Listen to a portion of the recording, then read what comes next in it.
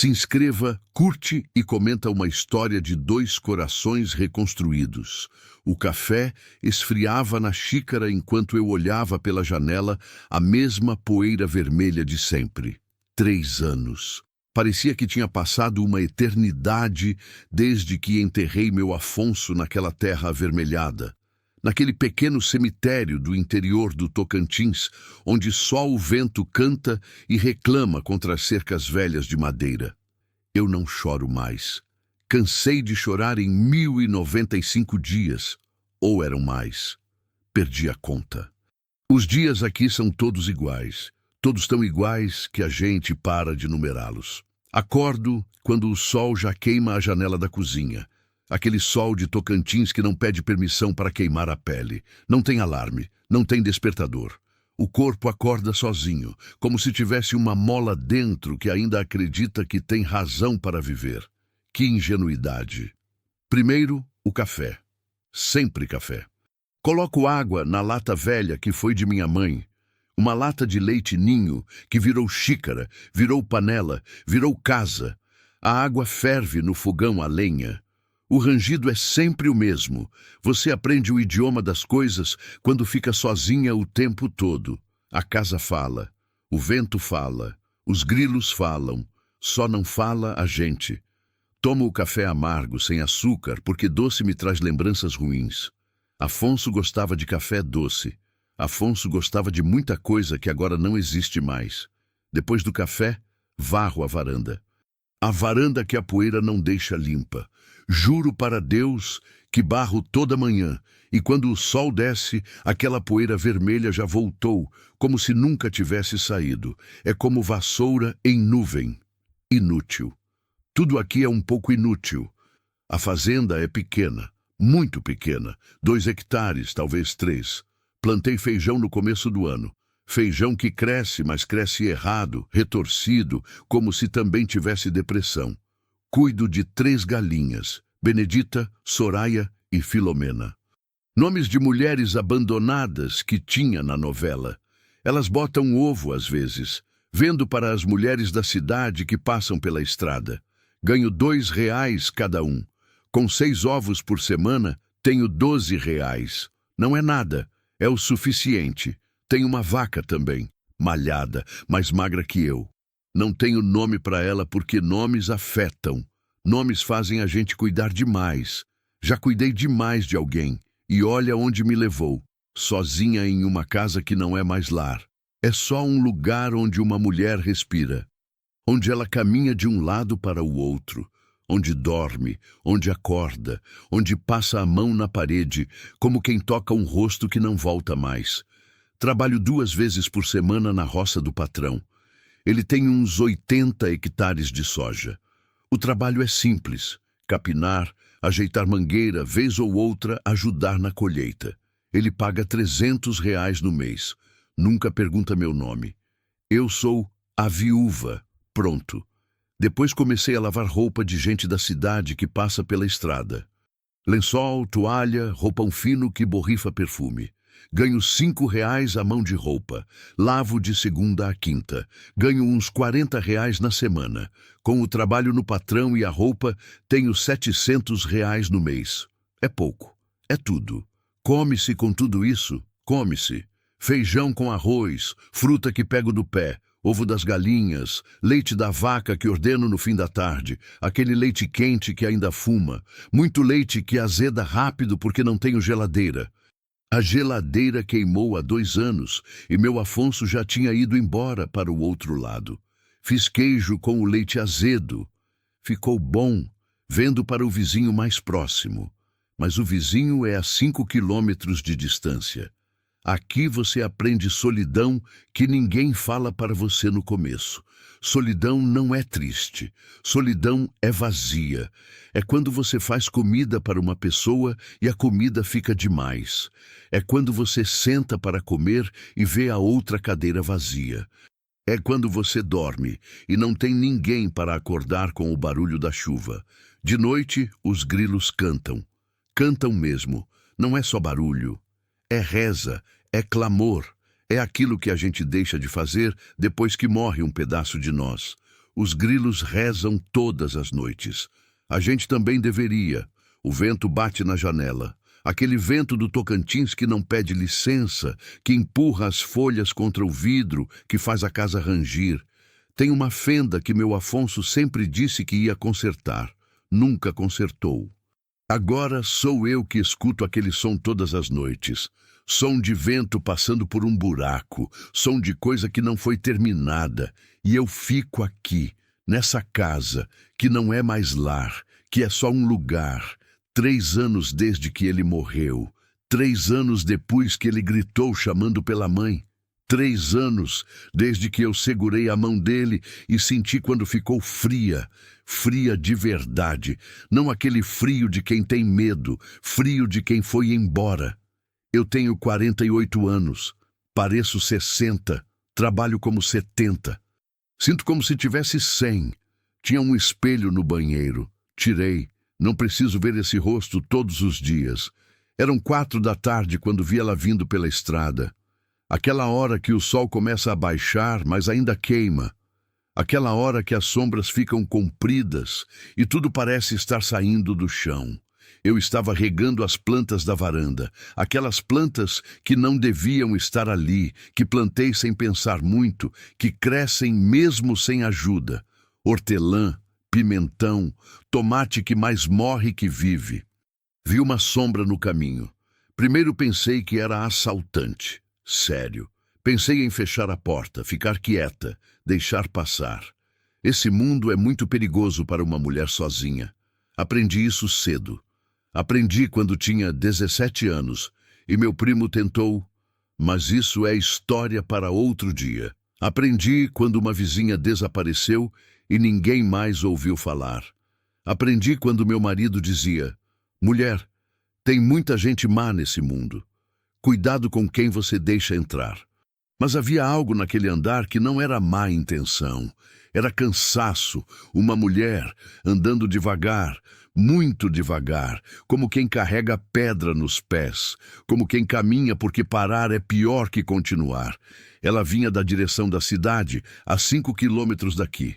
Andava sozinha, não tinha nada, nada além da roupa que vestia, e que estava imunda, suja de terra, de suor que tinha cor de mês. Parou em frente à minha casa. Parou de verdade. Não era passagem, era parada. Como quem encontra um porto em uma tempestade. Olhou para a porta, depois para mim, depois para baixo, como quem não merecia estar ali.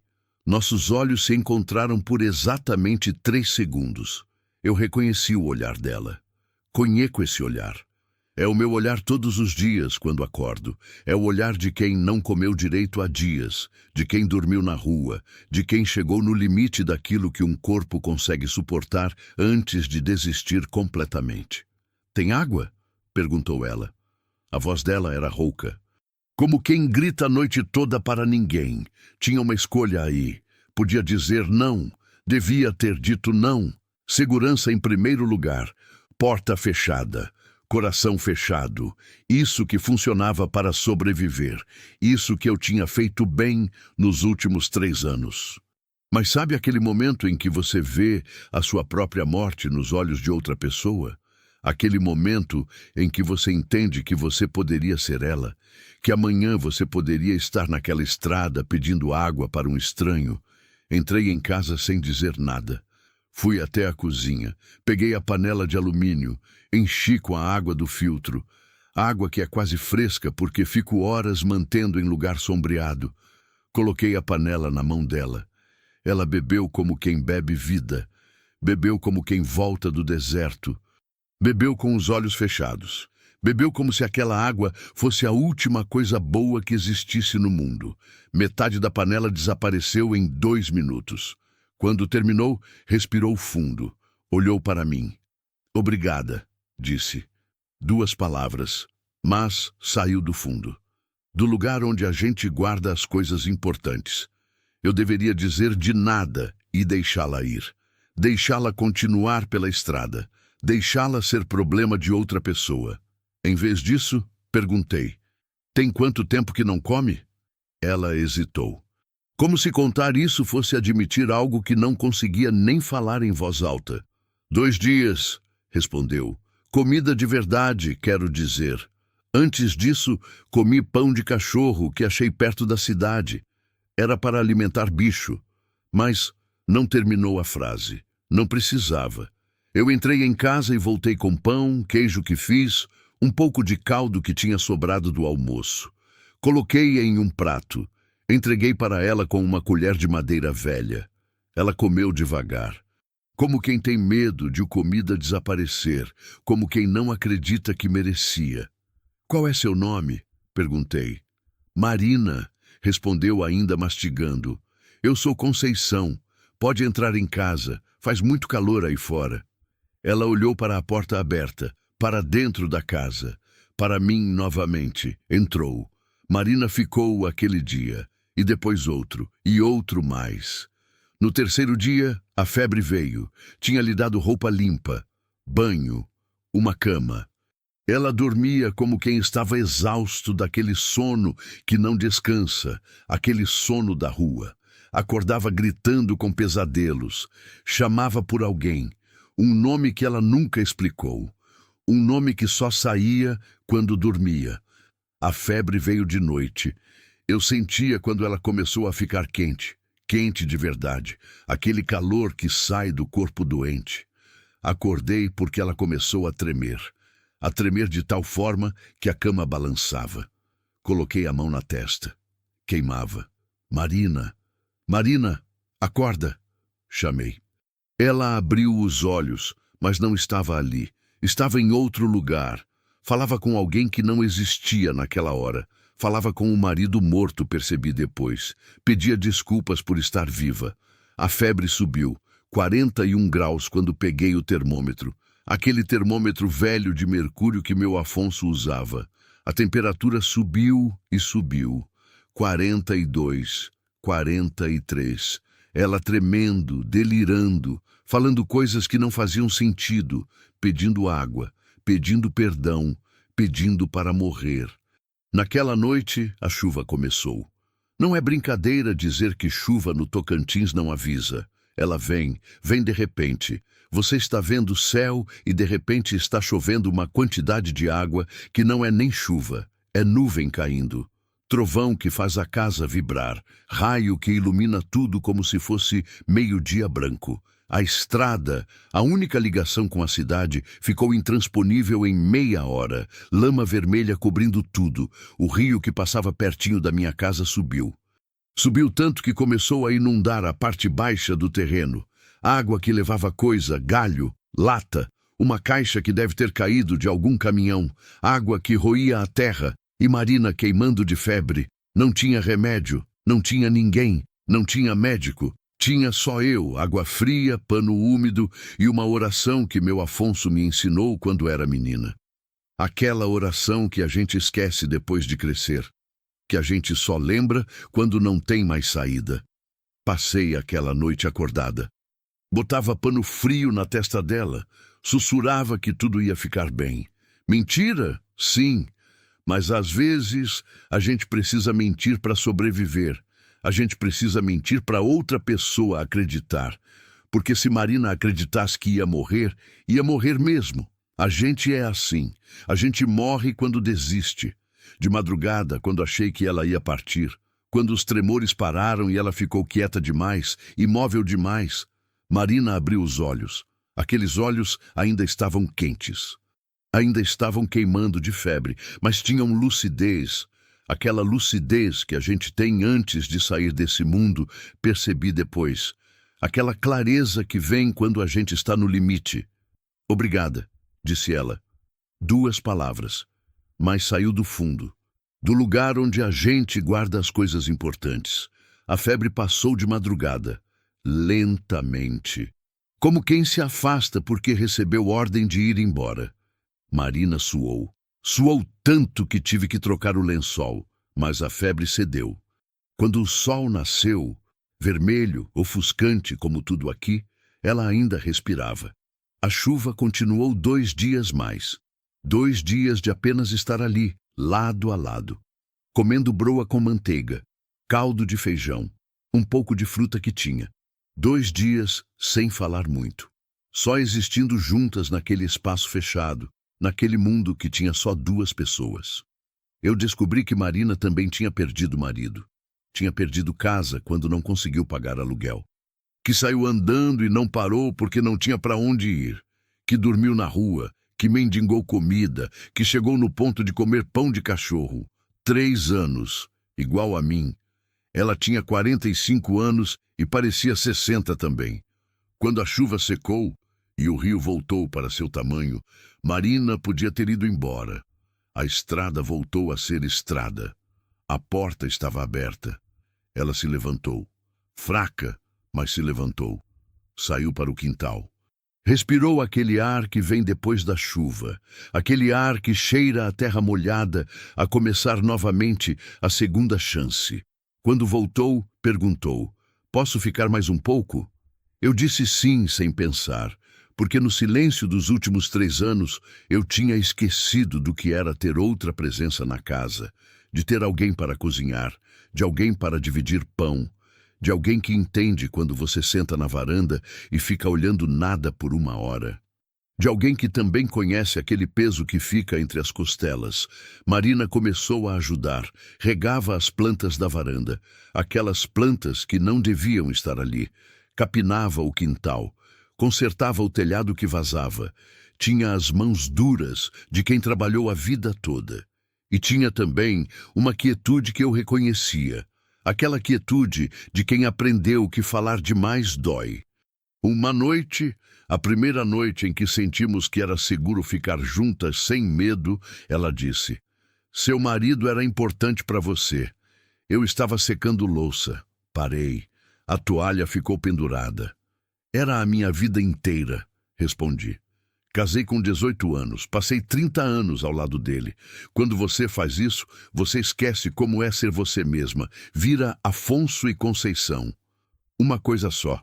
Aí, de repente, vira só Conceição.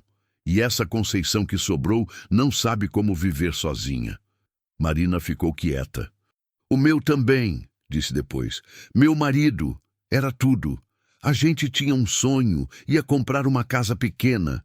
Ia ter um quintal com árvore frutífera, ia envelhecer junto. Aí ele teve um infarto. Tinha 42 anos, simplesmente caiu. Foi rápido, foi tão rápido que eu nem tive tempo de despedir direito. Ela respirou fundo. E depois que ele foi, tudo desabou.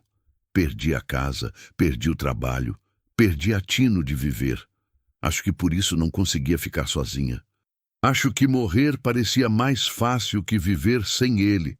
E ontem, quando a febre veio, achei que era assim que terminava, que a gente chegava ao final do caminho. Eu escutei. Escutei de verdade. Porque às vezes o mais importante que a gente pode fazer é deixar alguém falar do seu morto. "E agora?" perguntei. "Agora tem você. E tem essa casa. E tem amanhã.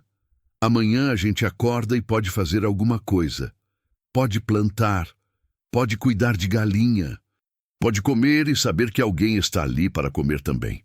Naquela noite, dormimos as 2 na sala. Ela em um colchão que arrumei com lençol limpo, eu deitada perto em outro colchão. E pelos primeira vez em 3 anos, eu não tive medo do silêncio. O silêncio tinha companhia. Os dias foram passando. Faz quase um mês que Marina chegou pela estrada. Faz quase um mês que 2 corações partidos estão na mesma casa. A gente começou a trabalhar junto. Plantamos hortaliça, feijão novo, abóbora. As mãos dela no chão, as minhas guiando. A gente riu, pouca coisa, mas riu. Daquele riso que sai de repente quando você não está esperando. Daquele riso que prova que ainda tem vida em você. Hoje a porta fica aberta durante o dia. Meu Afonso teria medo disso. Ele era assim, desconfiado, protetor, com medo de tudo. Mas meu Afonso também morreu. E o mundo não acabou. Eu continuo aqui. Marina continua aqui. A vida continua. O vizinho a 5 quilômetros vem comprar queijo agora. Traz notícia. Traz às vezes uma fruta que não plantamos. Conversamos brevemente. Ele vê que tem duas mulheres aqui agora. Não diz nada, apenas sorri. Ontem a gente recebeu uma visita inesperada. Um menino da cidade, uns 10 anos. Estava perdido. Pegou um caminho errado. Vinha choramingando, desesperado. Marina ofereceu água. Eu dei comida. Chamei o vizinho no rádio antigo que tenho. Ele veio com o carro. Levou o menino de volta para a mãe. Quando ele voltou para avisar que tudo estava bem, o vizinho disse algo que não esqueço. Vocês duas são boas de coração. Eu não me senti heroína. Não. Senti que era certo. Apenas certo. Penso às vezes que a gente que sofre carrega uma marca invisível. Os que quase morreram reconhecem os que estão morrendo, sabem o que é essa solidão que aperta, o peso das noites sem ninguém, o gosto de desistência que fica na boca. Por isso a gente cuida. Não é heroísmo, é apenas reconhecimento. Marina arruma a casa de manhã enquanto eu trabalho na roça do patrão. Quando volto, tem café, tem comida, tem alguém que pergunta como foi o dia. Pequenas coisas, minúsculas, mas que mudam a textura de viver. Ela também começou a lavar roupa comigo. Agora ganhamos mais. Conseguimos comprar coisas que antes eram impossíveis. Um desodorante, sal mais fino, açúcar para fazer um doce. Coisas pequenas que para quem quase morre de fome são luxo absoluto. À noite, quando o vento bate na janela e os grilos rezam, a gente senta juntas na varanda. Não precisa falar, só estar ali, sentindo que aquela resposta que dei quando alguém apareceu na estrada pedindo água não foi errada. Foi a coisa mais certa que a gente já fez. As cinzas da esperança. É assim que chamo esses dias agora. Cinza do que morreu. Esperança de que amanhã a gente acorda de novo, que plantamos de novo, que vivemos de novo. Tem um lugar no coração que ficará vazio para sempre. Lugar que era do Afonso, do marido de Marina, daqueles que partiram. Isso não se cura, fica como uma cicatriz, como aquela fenda na janela que nunca foi consertada. Mas agora tem outro lugar que está preenchido. Lugar de companhia, de testemunho, de alguém que entende sem precisar explicar. Essa manhã, Marina plantou uma árvore no quintal. É para dar sombra, disse, mas eu sei que é para ficar, para crescer, para ter raiz. Para dizer que a gente está aqui, que a gente vai ficar, que a gente tem futuro. A porta continua aberta e todos os dias, quando passa alguém pela estrada, quando passa uma sombra que parece cansada, um corpo que parece perdido, a gente oferece água, porque a gente sabe, a gente reconhece, a gente entende. E porque quando você aprender que viver sozinha é uma forma de morrer em vida, quando você descobrir que um outro coração batendo perto do seu faz barulho bem diferente, quando você finalmente entender que a gente não foi feito para estar sozinho, aí você abre a porta e deixa entrar quem está do outro lado, querendo beber água, querendo viver, querendo ser salvo, assim como alguém um dia abriu a porta para você. Primeira parte, 2 anos depois, a casa que respira. 2 anos. 2 anos exatos desde aquele dia em que Marina apareceu pela estrada pedindo água. 2 anos que parecem uma vida inteira quando você muda de verdade. Quando você deixa a morte ficar para trás e escolhe a vida todos os dias.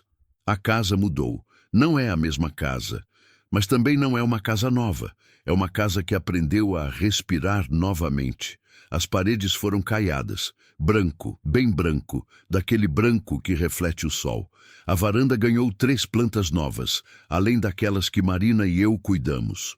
Tem um banco que o vizinho fez com seus próprios pesos. Um banco onde a gente senta quando o calor aperta e o corpo pede descanso. Dentro tem coisas que não tinha antes. Quadro na parede. Aquele quadro que uma mulher que a gente ajudou deixou quando foi embora. É uma pintura simples, de um pôr-do-sol no Tocantins, aquele pôr-do-sol que parece que o céu está pegando fogo.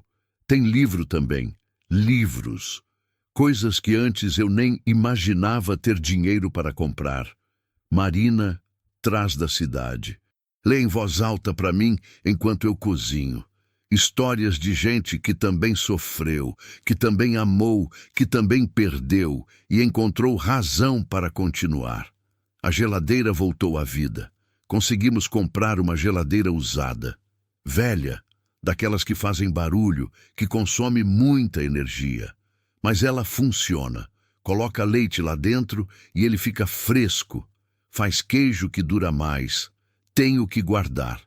Isso parece coisa pequena, mas é coisa grande quando você passou anos comendo comida que azeda em horas. A cama de Marina ganhou outro colchão, dela mesmo. Não mais o colchão emprestado, o provisório, um colchão que é dela, que tem lençol com padrão, não o branco manchado que todo mundo usa. Pequenas coisas que dizem, você vai ficar, você é do aqui, você tem lugar. E tem o diário. Começou, de repente, uns meses depois que Marina chegou. Ela pediu papel. Papel de verdade, daquele papel branco que vende na cidade. Caneta também. Começou a escrever. De noite, depois que a gente terminava tudo. Escrevia sobre o dia, sobre o que plantamos, sobre o que aprendemos, sobre Afonso, seu marido, sobre meu marido também, os nomes dos mortos que a gente guarda no coração. Pedi para ler uma vez. Ela deixou. Era bonito. Doía de ler, mas era bonito. Ela escrevia sobre a primeira noite que passou aqui, sobre o medo que tinha de que eu acordasse no dia seguinte e pedisse para ela ir embora. Sobre como foi acordar em uma cama limpa, com um lençol que cheirava a detergente. Sobre a primeira vez que dormiu sem pesadelo em 5 anos. Depois, ela escrevia sobre agora. Sobre as plantas que crescem, sobre as galinhas que a gente cuida, que agora são 7 porque compramos mais, sobre os dias que a gente ri, sobre como é ter alguém para falar quando o silêncio fica muito pesado, sobre como uma porta aberta mudou tudo. Eu comecei a escrever também, menos bonito que Marina. Minha letra é grande demais, desajeitada, mas escrevo sobre aquele dia que ela chegou, sobre o medo que senti, sobre como Deus trabalha de jeito estranho. Você abre a porta para salvar alguém e acaba sendo salvo também. Segunda parte. Os que chegaram. A menina da estrada. Depois de Marina, vieram outros. A primeira foi uma menina, uns 12 anos. Vinha com uma mulher, a avó parece. A avó sofria de demência. Saía de casa, caminhava para qualquer lado, se perdia. Naquele dia tinha vindo a pé até aqui não sabe como. A menina desesperada vinha atrás tentando trazê-la de volta. Eu vi do portão. A menina puxando a avó pela mão, a avó reclamando que queria ir para casa, que aquilo não era lugar dela, que tinha que encontrar o marido, que tinha morrido há 28 anos. Não pensei muito. Chamei as duas para entrar. Ofereci água, comida, liguei para o vizinho pelo rádio. Ele veio e levou de carro. Mas antes de ir, a menina olhou para mim com uns olhos que machucam. Obrigada, disse, aquela palavra de novo. 2 semanas depois, a menina voltou. Vinha sozinha. Pediu para trabalhar. Eu não pensava que precisasse de mais mão de obra, mas Marina sorriu para mim. Aquele sorriso que diz, você sabe que precisa. A menina se chamava Josélia. Tinha perdido a mãe. O pai tinha sumido. Vivia com a avó que a criava, mas agora a avó não lembrava mais de quem ela era. Josélia tinha que trabalhar para conseguir dinheiro para remédio da avó. Tinha que estudar também, porque queria ser enfermeira. Tinha 12 anos e carregava peso de pessoa com 40. Fizemos um acordo. Josélia vinha 3 vezes por semana, ajudava com a roça, com a casa, a gente pagava com comida, um almoço completo, arroz, feijão, fruta, aquelas coisas que ela não tinha em casa. Pagávamos com dinheiro também, R$ 40 por dia de trabalho. Com isso ela conseguiu juntar para pagar remédio da avó por 3 meses. Mas o importante era outra coisa. Era ter alguém que reconhecia ela como pessoa, que perguntava como tinha sido a escola, que pedia para ver o caderno de anotações, que falava, você é inteligente, menina, você vai longe, isso que faz diferença. Marina começou a ensinar inglês para Josélia. Marina tinha estudado até segundo grau completo, coisa rara daqui. Sabia inglês passável. Ensinava para Josélia junto com história, geografia, essas coisas que a menina estava deixando de aprender porque tinha que trabalhar. Josélia abria um sorriso que valia tudo. O velho da madrugada. Depois veio o senhor Benedito. Chegou uma madrugada batendo na porta. 3 da manhã. Um homem velho, uns 80 anos, completamente perdido. Tinha saído de casa, uma cidade 3 quilômetros daqui, porque sua filha mandou ele embora. Disse que não podia cuidar mais dele, que ele passava incontinência na cama, que tinha Alzheimer avançado, que era peso demais. Mandou ele embora. 3 da madrugada. Inverno. Com a roupa que usava para dormir. Ele tinha caminhado até aqui, não sabe como, e bateu na nossa porta porque viu a luz. Marina acordou comigo. Abrimos. Trazemos para dentro. Meu Deus, que horror! O velho estava hipotérmico, confuso, chamando por uma mulher que tinha morrido 20 anos atrás. Aquela noite foi igual à noite da febre de Marina, aquela noite que você entende que está vendo uma morte caminhando, que está vendo alguém que a sociedade decidiu que já não presta. Fizemos de tudo, aquecemos ele, banho com água morna, roupa limpa, chá quente. A gente dormiu acordado aquele resto de madrugada, observando se ele respirava. De manhã, ligamos para a cidade, para a polícia, para a assistência social.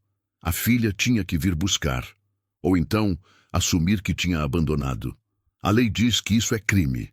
Ela veio brava, veio na cara de brava. Disse que a gente não deveria ter trazido ele, que agora ia ter que lidar com aquela situação. Mas a polícia estava ali, graças a Deus. Explicou para ela que abandono de idoso é crime, que há serviços, que há opções. A mulher saiu daqui furiosa. Senhor Benedito ficou. A assistência social conseguiu uma vaga em uma casa de repouso na cidade. Mas ele não queria ir, e a gente não queria deixar. Então arrumamos com o assistente social. Senhor Benedito fica aqui em casa durante o dia. À noite ele dorme na casa de repouso, porque lá tem pessoas treinadas para cuidar dele. Ele usa fralda, precisa de medicação controlada. Mas durante o dia ele está aqui.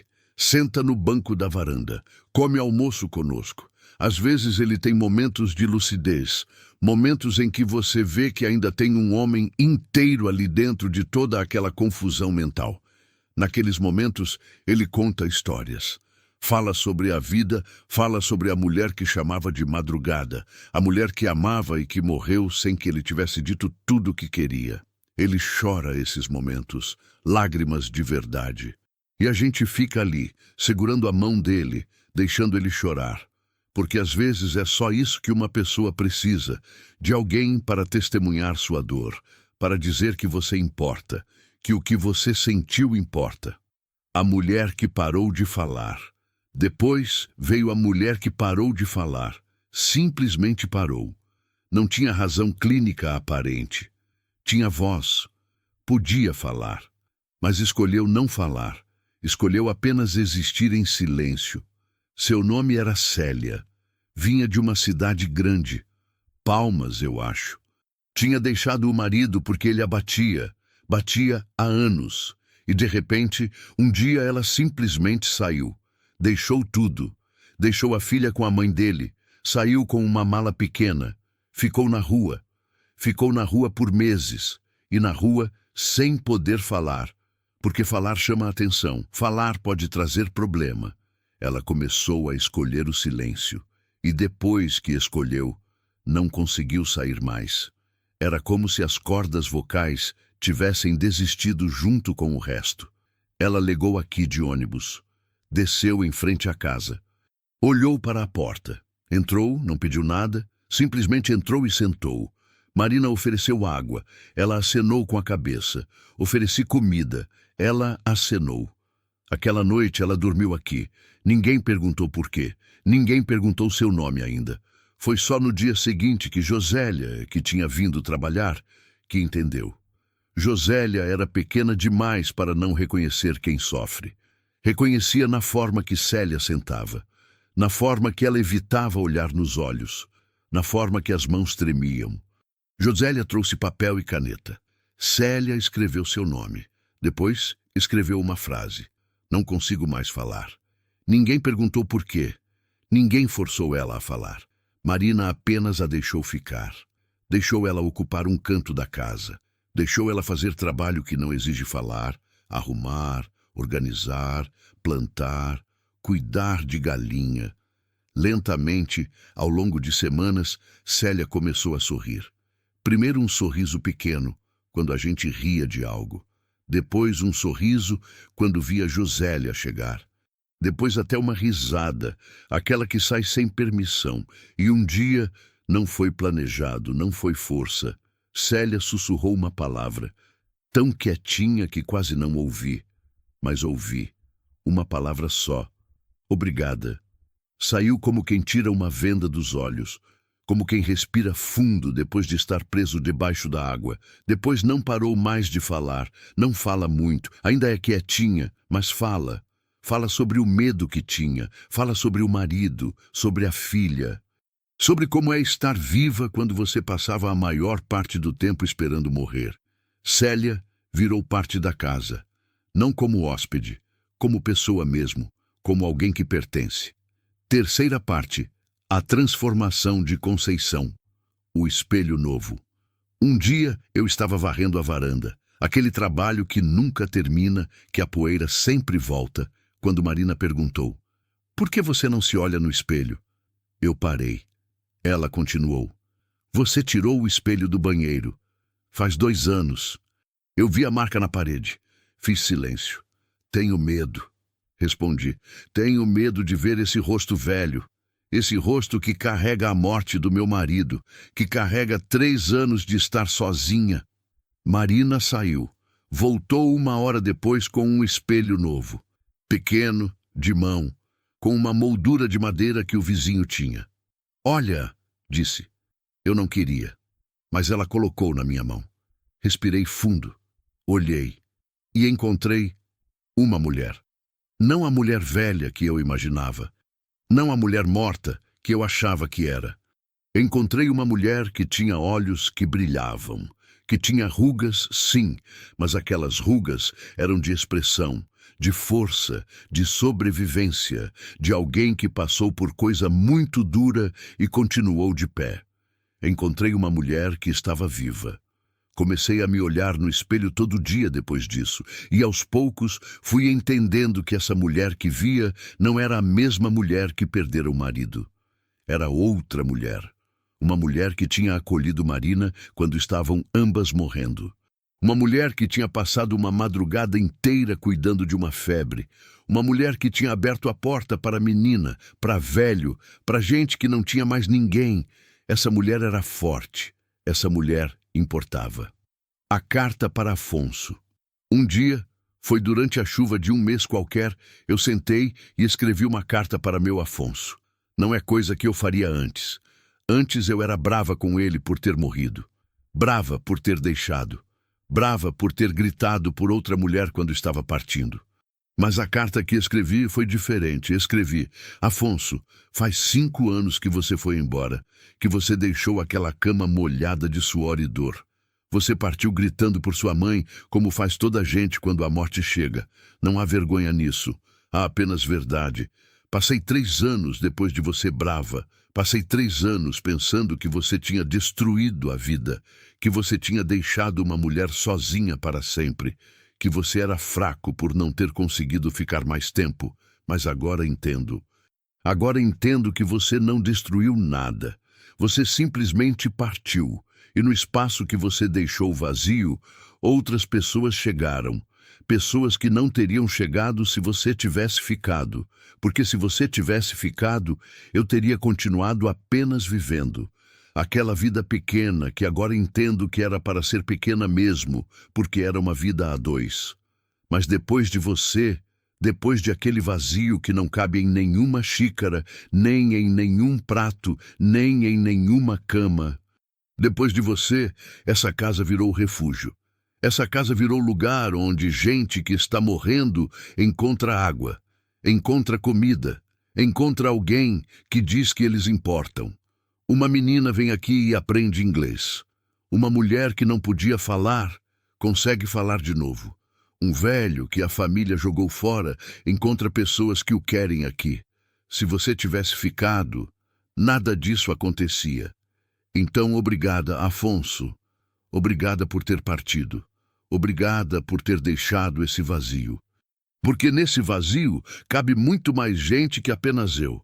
Estou bem, estou melhor que bem, estou vivendo de verdade, Conceição. Chorei escrevendo. Mas foram lágrimas diferentes. Não eram lágrimas de lamento, eram lágrimas de entender, de soltar, de dizer adeus de verdade. Não aquele adeus que você dá quando alguém morre, mas o adeus que você dá quando finalmente sai do luto. Queimei a carta. Peguei a carta e queimei no fogão enquanto Marina dormia. Deixei aquela fumaça levar as palavras para Afonso, onde quer que ele estivesse, para ele saber que eu finalmente entendia, que eu finalmente perdoava, que eu finalmente estava vivendo novamente sem me sentir culpada por estar viva. Quarta parte. O coração de Marina. A foto Marina tinha uma foto. Guardava em uma caixa de papelão embaixo da cama. Era a foto de seu casamento. Ela e o marido. Um homem que parecia gentil, que tinha sorriso morno, que tinha os olhos que vêm para ela com amor claramente marcado.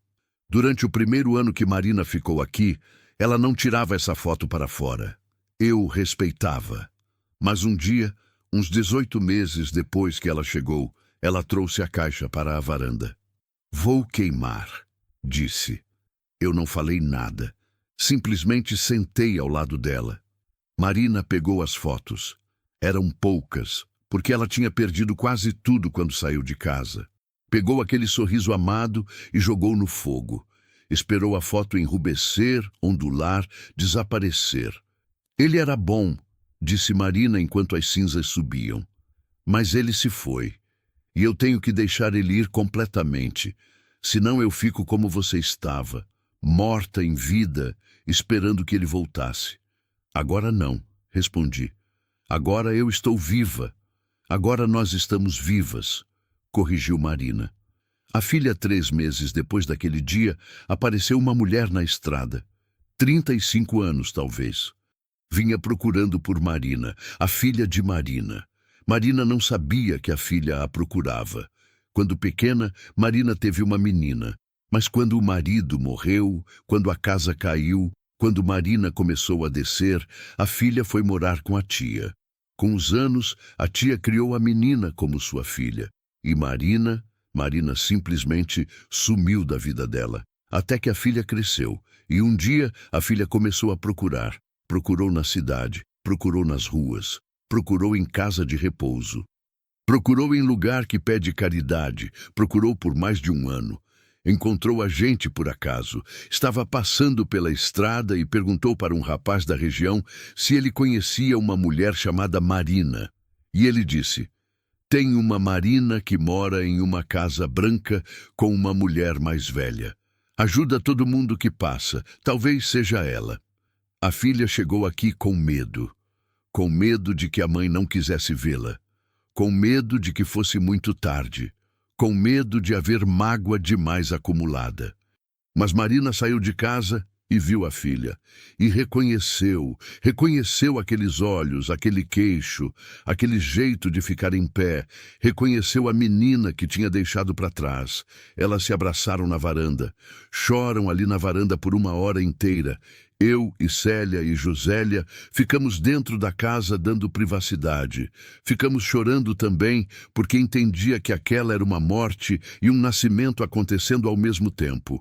A filha, que se chamava Tatiana, ficou aqui 1 semana, conheceu a história. Entendeu porque a mãe tinha desaparecido.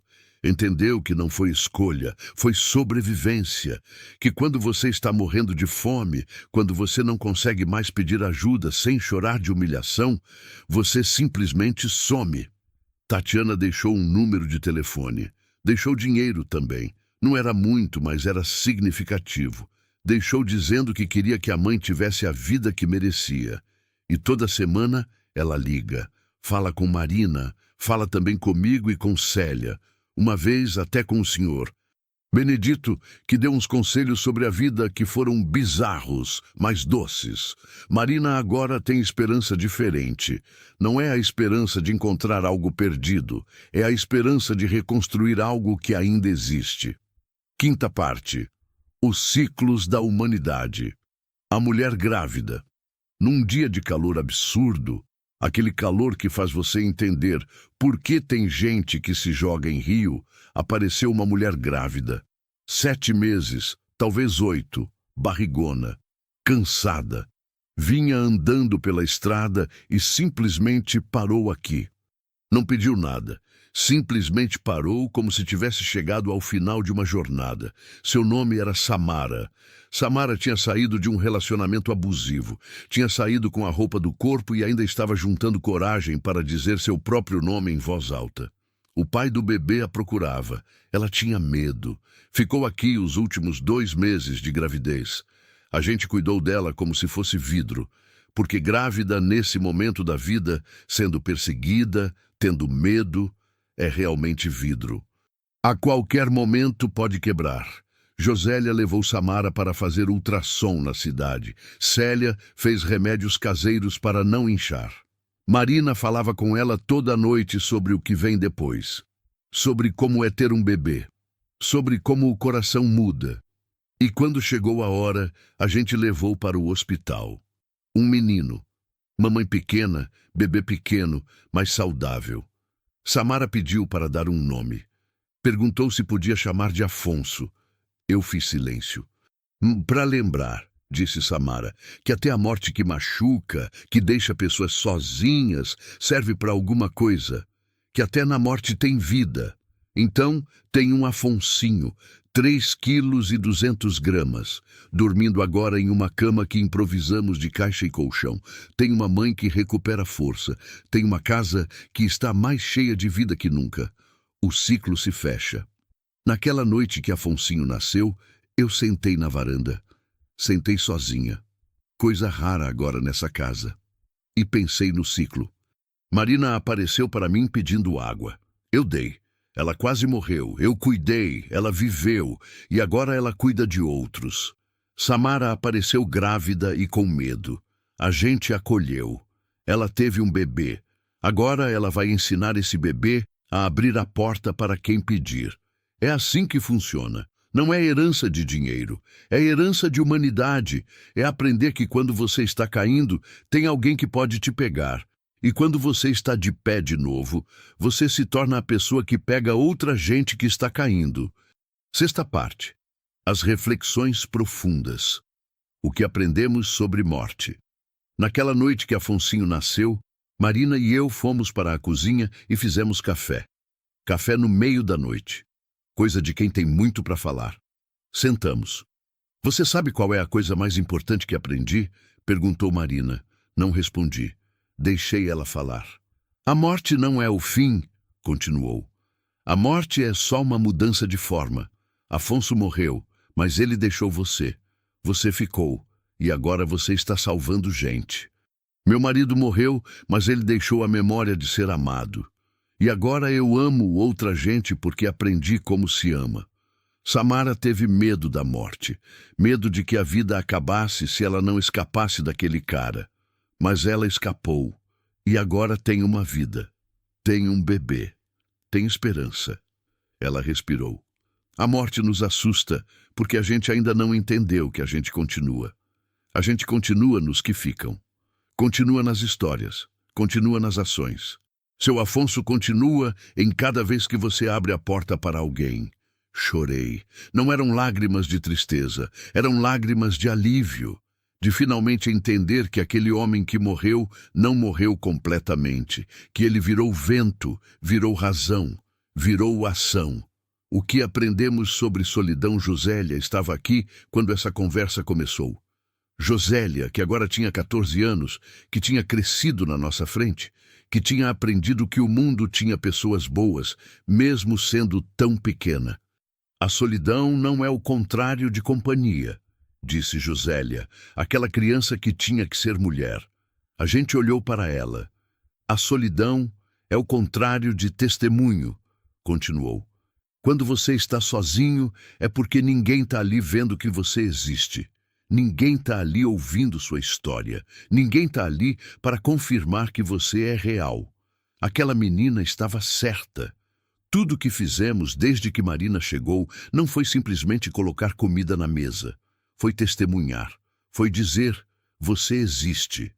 Você importa. Sua dor importa. Sua alegria importa. O que aprendemos sobre esperança. O Senhor Benedito, aquele velho que a filha jogou fora, ele disse uma vez, esperança é luxo de quem pode pagar. A gente achou que ele estava certo, mas depois ele corrigiu.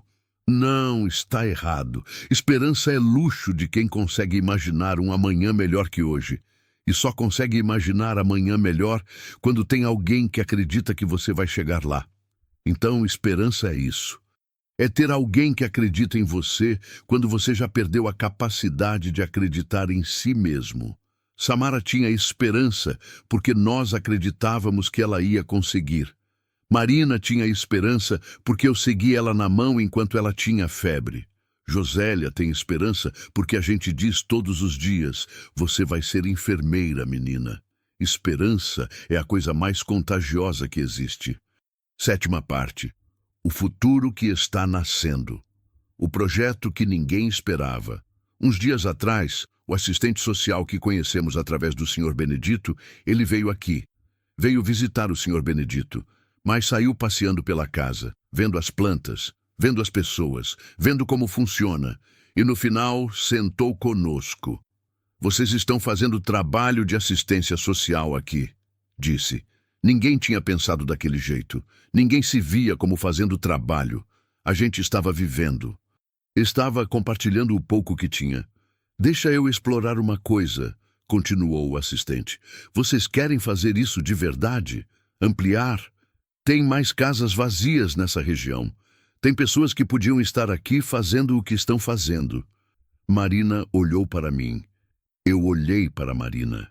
E a gente disse sim. Não tínhamos ideia de como. Mas dissemos sim. Agora tem projeto de uma organização. Tem documentação. Tem até reunião com o governo do estado para conversar sobre tornar isso programa oficial. Sobre treinar voluntários. Sobre ter mais casas abertas. Tudo começou quando Marina pediu água. A casa que vira rede. A casa ao lado, que estava vazia há 5 anos. Agora tem uma mulher e 2 meninos. A mulher se chama Antônia, também viúva, também sozinha. Ela viu que a gente tinha conseguido formar alguma coisa e veio pedir conselho. A gente ajudou ela a pensar como reformar a casa, como receber gente, como funciona. Agora, Antônia tem os seus próprios protegidos. Tem uma rapariga que foi jogada pelas ruas e agora trabalha com ela. Tem um rapaz que saiu da boca e está tentando reconstruir vida.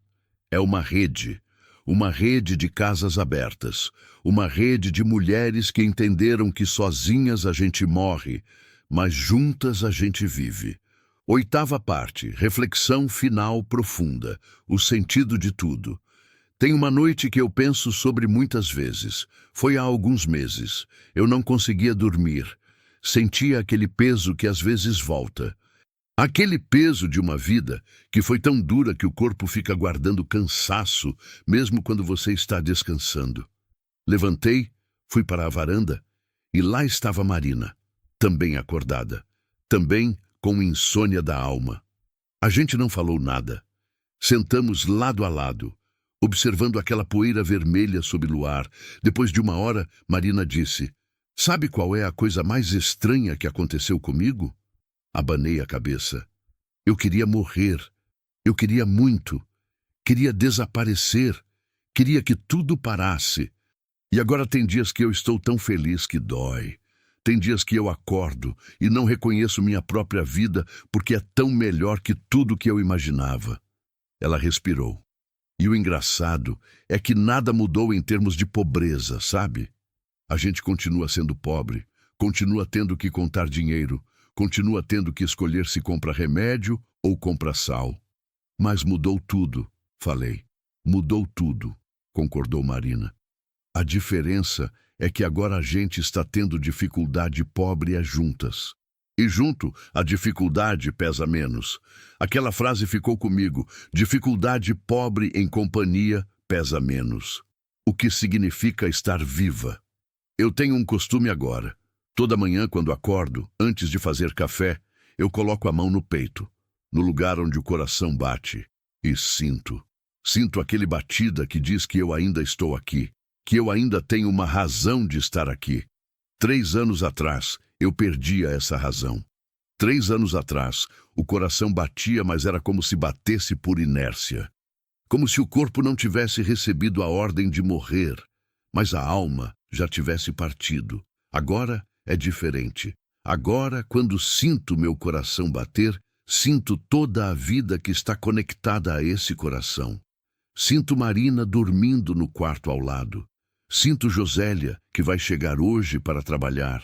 Sinto Samara, que está crescendo de novo, que está encontrando confiança. Sinto o Senhor Benedito, que vai vir daqui a pouco. Sinto toda essa rede de vida. E entendo que estar viva não é simplesmente respirar. É ter alguém para respirar junto. A carta que deixo, se por algum motivo eu morrer hoje, porque a gente nunca sabe, a morte vem quando quer, eu quero que fiquem sabendo. Eu tenho gratidão.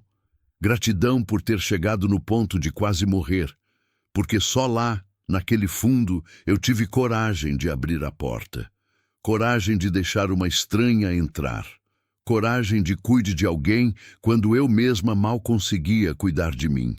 Tenho gratidão por Marina ter pedido água. Tenho gratidão por cada pessoa que passou pela minha casa. Tenho gratidão por essa vida que só começou a fazer sentido quando deixou de ser só minha. 9ª parte. O amanhã incerto. A realidade da pobreza. Nem tudo é conto de fadas. A gente continua pobre. Continua tendo mês que o dinheiro não chega. Continua tendo que escolher remédio para o Senhor Benedito ou comida para Afonsinho. Continua tendo que confiar que o patrão vai pagar para poder pagar as contas. Tem dias que a gente quer desistir. Tem dias que Marina acorda cansada demais. Que eu sinto que vou cair e não vou conseguir levantar.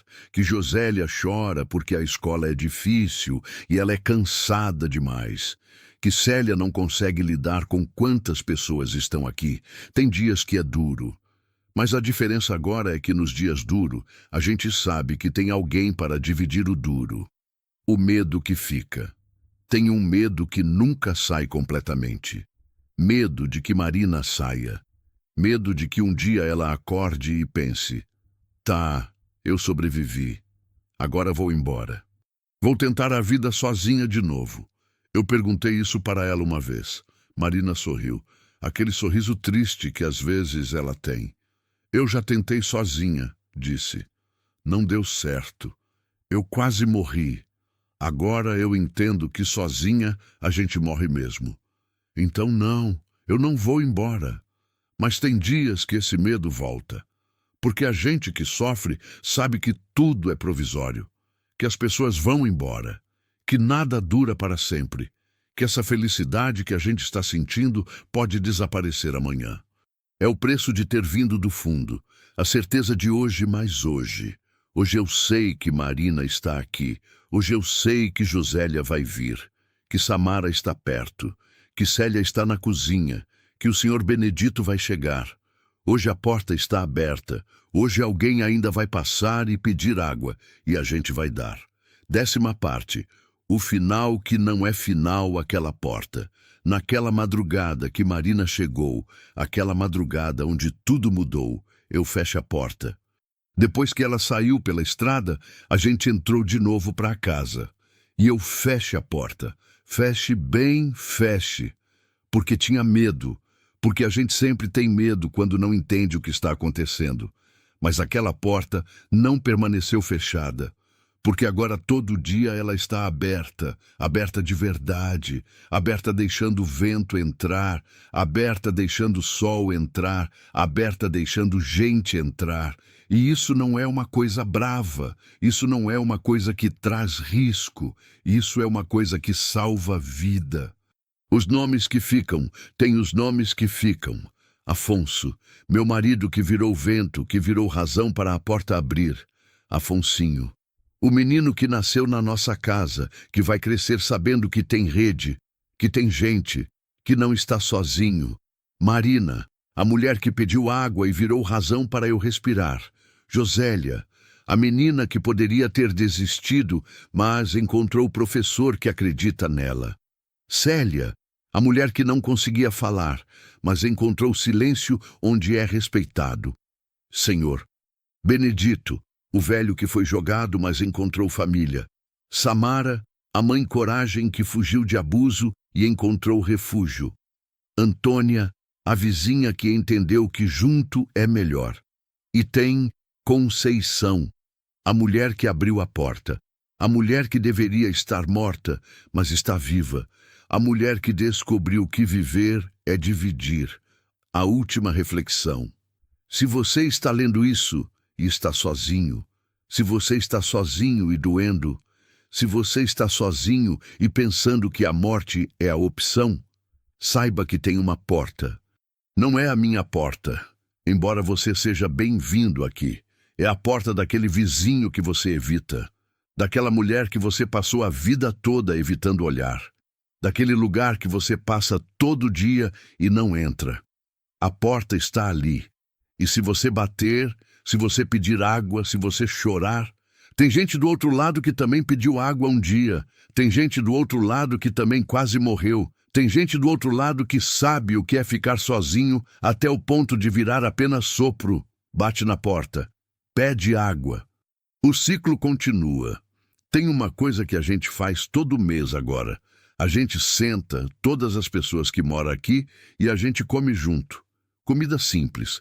Feijão, arroz, verdura, fruta. E cada pessoa conta. Qual foi a melhor coisa que aconteceu esse mês? Tem mês que Josélia conta que tirou nota boa na prova. Tem mês que Marina conta que falou com filha. Tem mês que Samara conta que Afonsinho sorriu. Tem mês que Célia conta que conseguiu falar uma frase inteira sem tremer. Tem mês que, senhor, Benedito fica quieto. Mas naquele silêncio dele tem gratidão. Tem mês que eu conto. Esse mês a gente ajudou mais uma pessoa. Esse mês a porta abriu para mais alguém. Depois de tudo, depois da morte, depois da solidão, depois do quase desistir. Depois de tudo eu entendo que a vida não é para ser entendida. A vida é para ser vivida. E viver é abrir portas. Viver é dar água. Viver é cuidar. Viver é reconhecer nos olhos do outro o seu próprio espelho. E ver que você não está sozinho, que nunca esteve, e que finalmente pode respirar. A verdade final. Tem uma verdade que a gente descobre muito tarde. A verdade de que a gente não morre na hora que o corpo para de bater. A gente morre na hora que para de abrir a porta. Eu quase morri, mas não foi de fome, foi de fechadura. Até que uma mulher pediu água. E eu lembrei, porta fecha com a gente dentro. Mas porta abre com a gente dentro também. E quando abre de verdade, a morte fica do lado de fora. E a gente finalmente consegue viver.